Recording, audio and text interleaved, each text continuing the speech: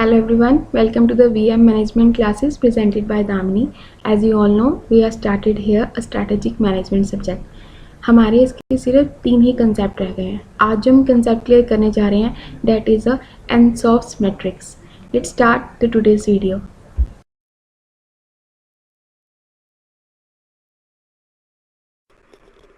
Ansoff growth matrix. अब Ansoff growth matrix हमें बोलता क्या है? This says that कि देखो हर ऑर्गेनाइजेशन अपनी एक्सपेंशन चाहती है. अपने आप को एक्सपैंड करने के लिए हम हर मैट्रिक्स को देखते हैं. सो जब भी हम स्ट्रैटेजी को फॉर्मुलेट करते हैं उससे पहले हम मैट्रिक्स को देखते हैं. लाइक हमने BCG पढ़ा, स्वॉट पढ़ा, ऐसी एनसॉफ्स भी होता है. तो एनसॉफ्स मैट्रिक्स हमें क्या बताता है कि हमें अपनी ऑर्गेनाइजेशन को एक्सपैंड करने के लिए कौन से 4 सोर्सेज को देखना पड़ेगा, जिनको हम आगे पढ़ेंगे, फर्दर ऑन आगे रीड करेंगे. बट फिलहाल क्या पढ़ना है?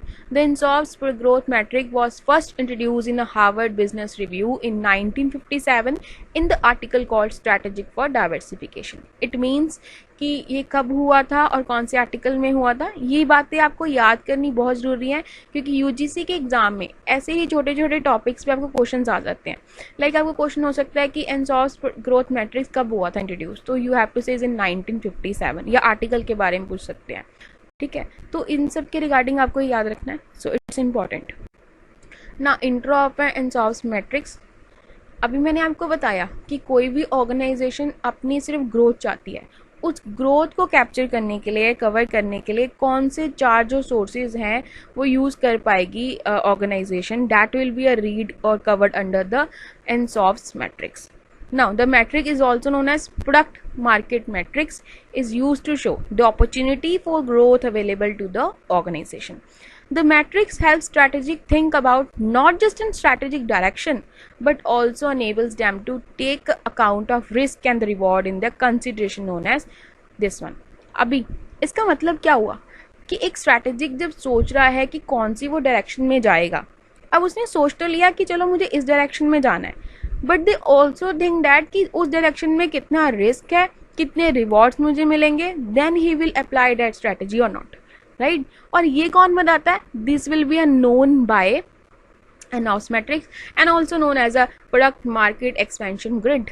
अब आपको स्ट्रैटेजिक जो स्ट्रैटेजी बना रहा है वो सिर्फ ये नहीं देखेगा कि मुझे कौन सी डायरेक्शन को फॉलो करना है. They also have to know कि उस डायरेक्शन में कितना रिस्क है या कितने रिवॉर्ड उसको मिलेंगे. Right, so it's developed by the Igor एनसॉफ्स.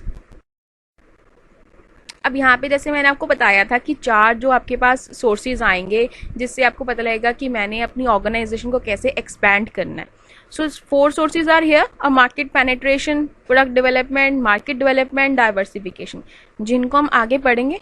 But we let it take a one of and crux of it. ठीक है, तो एक छोटा सा क्रक्स लेके चलते हैं. यहाँ पे मार्केट पेनेट्रेशन देखें. सबसे पहले तो आप एरोस की तरफ देखो कि फर्स्ट ऑफ ऑल जो अपर एरो है हमें क्या बोल रही है, दैट इज अ प्रोडक्ट के here and the market one. Now the next, market penetration की बात करें तो प्रोडक्ट के साइड में भी एग्जिस्टिंग लिखा है और मार्केट में भी एग्जिस्टिंग लिखा है. इसका मतलब क्या हुआ? इसका मतलब हुआ कि आपका प्रोडक्ट भी पुराना है, आपके जो मार्केट है वो भी पुरानी है. इट मीन्स आपके कस्टमर्स भी पुराने हैं, टारगेट मार्केट भी पुरानी है, प्रोडक्ट भी पुराना है. अब आपको पुरानी चीज़ों को दिमाग में रखते हुए कुछ स्ट्रैटेजीज को इम्प्लीमेंट करना है, कुछ नई स्ट्रैटेजीज लेके आनी है कि आपका प्रोडक्ट भी पुराना है और आपके कस्टमर भी पुराने हैं, फिर भी आपको नई स्ट्रैटेजीज अपनाते हुए अपनी ऑर्गेनाइजेशन को, अपनी इंडस्ट्री को एक्सपैंड करना है. अब वो कैसे करेंगे हम फर्दर ऑन सब पढ़ेंगे. Now next one, product development. Product development की बात करें तो प्रोडक्ट डेवलपमेंट में क्या लिखा है कि न्यू प्रोडक्ट आपका नया होगा लेकिन आपकी टारगेट मार्केट जो होगी वो पुरानी होगी. It means your customer base is a older one but your product is new. You have to introduce your new product to them. अब उसके लिए आप क्या करेंगे, कौन सी स्ट्रैटेजीज को लेके चलेंगे? मोरल आपका वही है, मेन पॉइंट आपका है कि आपने अपनी ऑर्गेनाइजेशन को एक्सपैंड ही करना है, पर डिफरेंट आपके पास स्कोप्स हैं. Next, market development. Existing product है आपके पास, प्रोडक्ट आपका पुराना है लेकिन मार्केट आप नहीं लेके चल रहे हो. अगर आप पहले एक अपनी टारगेट मार्केट को दिमाग में रखते हो, उनके लिए कुछ बना रहे थे, अब क्या हुआ कि आपकी टारगेट मार्केट बदल गई. आपका प्रोडक्ट वही है लेकिन आपने मार्केट को शिफ्ट करा है, एक नई मार्केट को कैप्चर कर रहे हो. उसके रिगार्डिंग हम कौन सी स्ट्रैटेजीज को फॉर्मुलेट करोगे? Now we will take a diversification. Diversification says कि आपका प्रोडक्ट भी नया है, आपकी मार्केट भी नई है. अब आप इस डायरेक्शन में कैसे जाओगे? इस डायरेक्शन के थ्रू या स्ट्रैटेजीज के थ्रू आप अपनी ऑर्गेनाइजेशन को कैसे एक्सपैंड करोगे? ऑल ऑफ देम वो हम एक एक करके सबको पढ़ेंगे और सबसे पहले हम बात मार्केट पेनिट्रेशन की करेंगे। First of all we have to read about the market penetration. Market penetration हम अभी देख कर आए थे, जिसके अंदर हमारा जो प्रोडक्ट है वो भी ओल्डर वन है, एग्जिस्टिंग ऑलरेडी है, और मार्केट भी हमारी ऑलरेडी एग्जिस्टिंग है, उन्हीं के अंदर हमें काम करना है। So where the company tries to grow using it existing product and market segment, essentially this is a play to increase the market share। हमारा मेन मोटिव तो यही है कि हमने अपने मार्केट शेयर को इंक्रीज करना है, but with the help of existing product and existing market, that will be called as an market penetration. So penetration requires a huge expenses on advertisement and personal selling. क्यों इसमें ज़्यादा expenses आपको लगते हैं?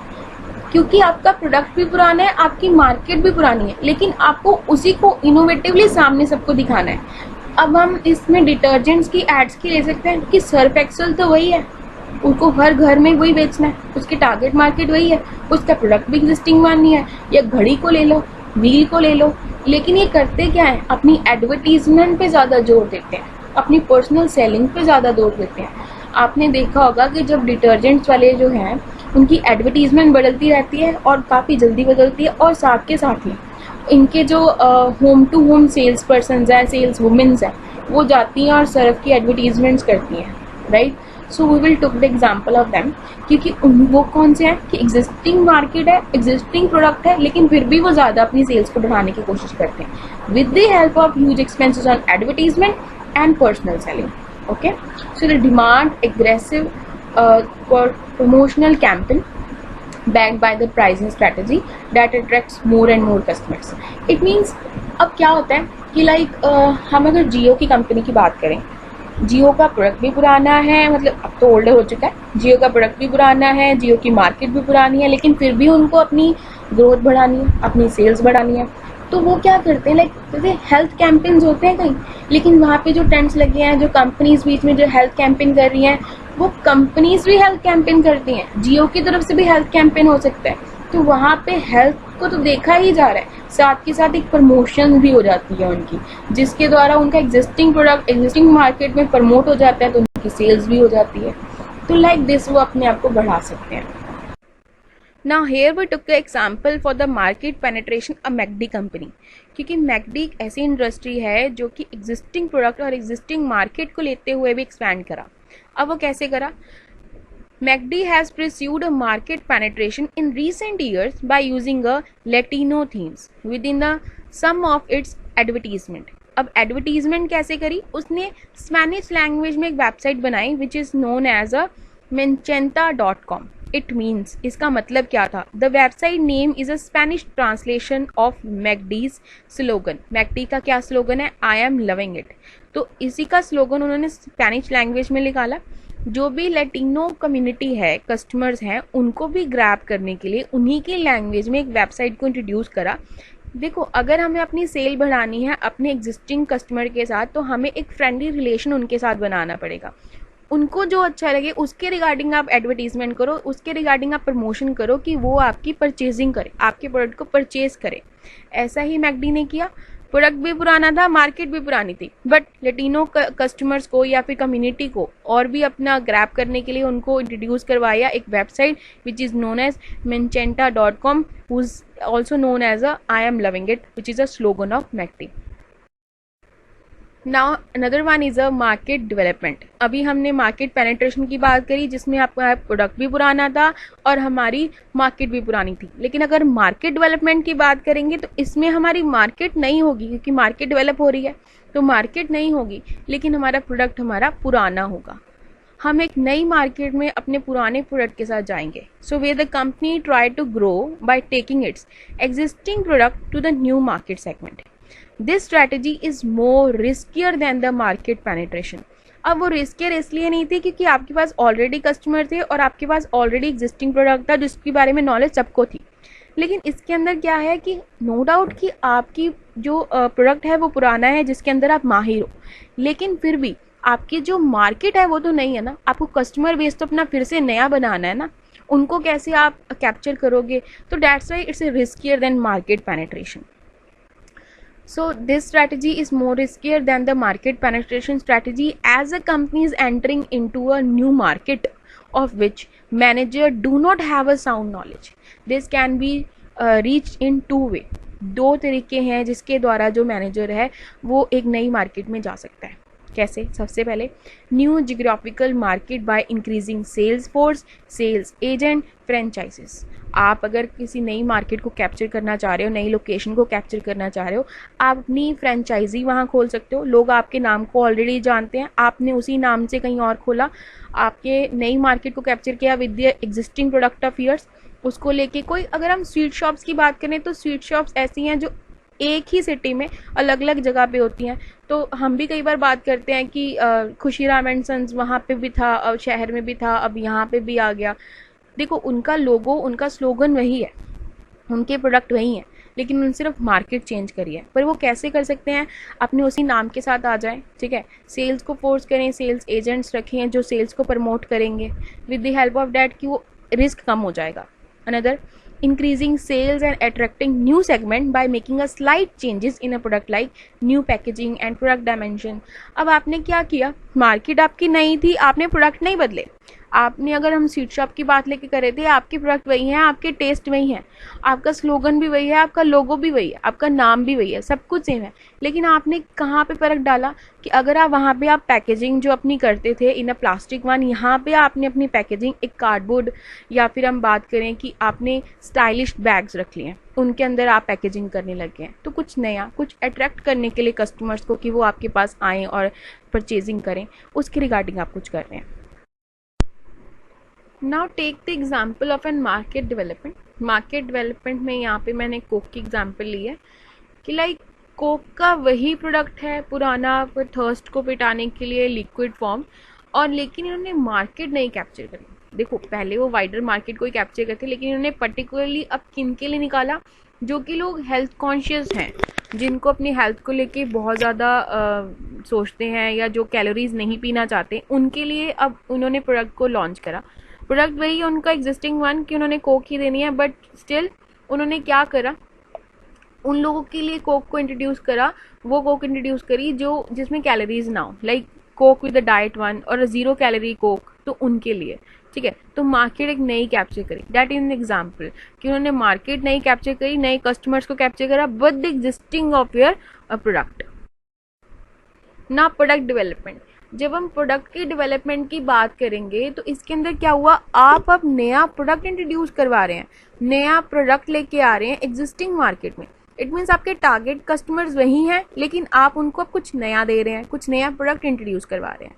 So where the company tries to grow by taking a new product to existing market segments. That is, if a new product yield good return in the form of additional sales will increase the market share. Now, product development is possible by investing R&D, which research and development of different products. अगर आप product development की बात करेंगे तो possible तब हो पाएगा जब आप रिसर्च करेंगे, डेवलप करेंगे उन चीज़ों को, अपने प्रोडक्ट्स को.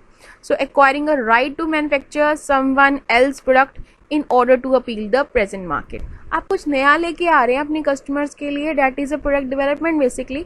तो आप, ये भी रिस्कियर है क्योंकि चाहे आपके कस्टमर्स वही हैं, बट स्टिल आपका प्रोडक्ट तो नया है ना, उसे वो एक्सेप्ट करते हैं नहीं करते हैं, उसके रिगार्डिंग आपको स्ट्रैटेजीज बनानी है. तो ये सब इसके अंदर फॉर्मुलेट होगा. प्रोडक्ट डेवलपमेंट में भी कोक की ही एग्जाम्पल है, like Coca Cola and Pepsi regularly introduce new varieties such as Coke Zero or Coke Cherry Vanilla in an attempt to take a market share from each other and from their smaller rivals. It means कि ये सबको अपने दिमाग में रखते हुए अपने छोटे से छोटे कॉम्पिटिटर को भी मात देते हैं. इन्होंने अब Coca Cola with the vanilla flavour निकाल दी, जो कि इंडिया में इंट्रोड्यूस चलो नहीं है, लेकिन फॉरेन में है, वहाँ पे ये इंट्रोड्यूस्ड है. कोका कोला इन वेनीला फ्लेवर मिलती है. तो इट मीन्स कि इन्होंने क्या करा कि इनके एग्जिस्टिंग कस्टमर्स ही थे, मार्केट इनकी वही पुरानी थी, उसके अंदर नए प्रोडक्ट को इंट्रोड्यूस करा. Last one is a diversification strategy. So diversification strategy में क्या था कि आपका प्रोडक्ट भी नया है, आपकी मार्केट भी नहीं है. It is a most riskier one, क्योंकि इसके अंदर आपका प्रोडक्ट भी एकदम नया होता है, मार्केट भी नहीं है, कस्टमर्स भी नए हैं. तो it's a most riskier one. एक तरह से आप अपना नया सेटअप ही कर रहे हैं. So in this strategy, the company either commences or acquires a business which is unrelated to existing product line and the market. There are two type of diversifications का, दो तरीके से हो सकती है. One is a related diversification and another one is a unrelated diversification, जिसे हम further one by one complete करेंगे. अब फर्स्टली द रिलेटेड डाइवर्सिफिकेशन क्या होती है. When we are talking about the related diversification, तो डाइवर्सिफिकेशन का मतलब क्या था कि आपका प्रोडक्ट भी नया है, मार्केट भी नहीं है, बट रिलेटेड क्या हुआ कि आप जो एग्जिस्टिंग मतलब पहले भी आप काम कर रहे थे उस प्रोडक्ट के साथ कहीं ना कहीं मिलता जुलता है, उसकी रेंज के साथ, रेंज ऑफ वेराइटीज़ के साथ कहीं ना कहीं वो मिलता जुलता है. आप कुछ नया तो निकाल रहे हैं, कस्टमर भी आपके नए हो रहे हैं, लेकिन आपके एग्जिस्टिंग प्रोडक्ट के साथ कहीं ना कहीं वो लिंक करता है. So where the market or the product share some similarity with the existing product. For example, a sphere similar firm within the same industry have already diversified in this way. This is also known as a concentric diversification. Here take an example of an Johnson and Johnson's. अब Johnson और Johnson's के अपने अपने products हैं, ठीक है, different different products हैं इनके. लाइक बेबी केयर के प्रोडक्ट्स भी हैं, स्किन एंड हेयर केयर के प्रोडक्ट्स भी हैं, वुमेन्स केयर के प्रोडक्ट भी हैं, लाइक ऑल एंड दिस. सारे प्रोडक्ट्स इनके रिलेटिव हैं, ऑरल को एंड ऑल एंड ऑल. तो ये सब हेल्थ को लेके, उनके हेल्थ को लेके ही सारे प्रोडक्ट्स निकालते हैं. तो कहीं ना कहीं अपनी कस्टमर्स की हेल्थ के साथ रिलेटिवली कुछ ना कुछ जोड़ के रखा इन्होंने. बात करेंगे अनरिलेटेड डाइवर्सिफिकेशन की. अनरिलेटेड डाइवर्सिफिकेशन का मतलब क्या हुआ कि आप डाइवर्सिफिकेशन यूज़ कर रहे हैं, नए प्रोडक्ट्स को यूज़ कर रहे हैं, लेकिन वो प्रोडक्ट आपका कंप्लीटली नया है, आपके एग्जिस्टिंग प्रोडक्ट के साथ वो कहीं भी रिलेट नहीं करता. That is called a unrelated one, और you can also said it as a conglomerate diversification. अब यहाँ पे हमने अनरिलेटेड को एक्सप्लेन करने के लिए वर्जन की एग्जांपल लिया है. It's a company. तो आप जैसे यहाँ पे देख सकते हैं कि उसी कंपनी के अलग अलग प्रोडक्ट्स हैं. लाइक वो हर एक मार्केट में, नई मार्केट में अपने नए प्रोडक्ट के साथ जा रही है. रेडियो में जा रही है, रेलवेज़ में जा रही है, ट्रैवल एजेंट्स हैं, टेलीकॉम एंड मीडिया. तो कोई भी ऐसा जो उनका नया काम है पुराने काम के साथ कहीं मैच आउट नहीं करता. सब अलग अलग जोन में अलग अलग काम है. सॉफ्ट ड्रिंक्स भी कर रहे हैं वो, ठीक है, मेगा स्टोर्स भी हैं उनके. सो डिफरेंट डिफरेंट वेज और डिफरेंट डिफरेंट मार्केट्स वो कैप्चर कर रहे हैं. दैट इज अ अनरिलेटेड, जो आपके एग्जिस्टिंग प्रोडक्ट के साथ मिलता जुलता नहीं हो. Now here we also took an example of an Coca-Cola company to be explain a related and unrelated diversification.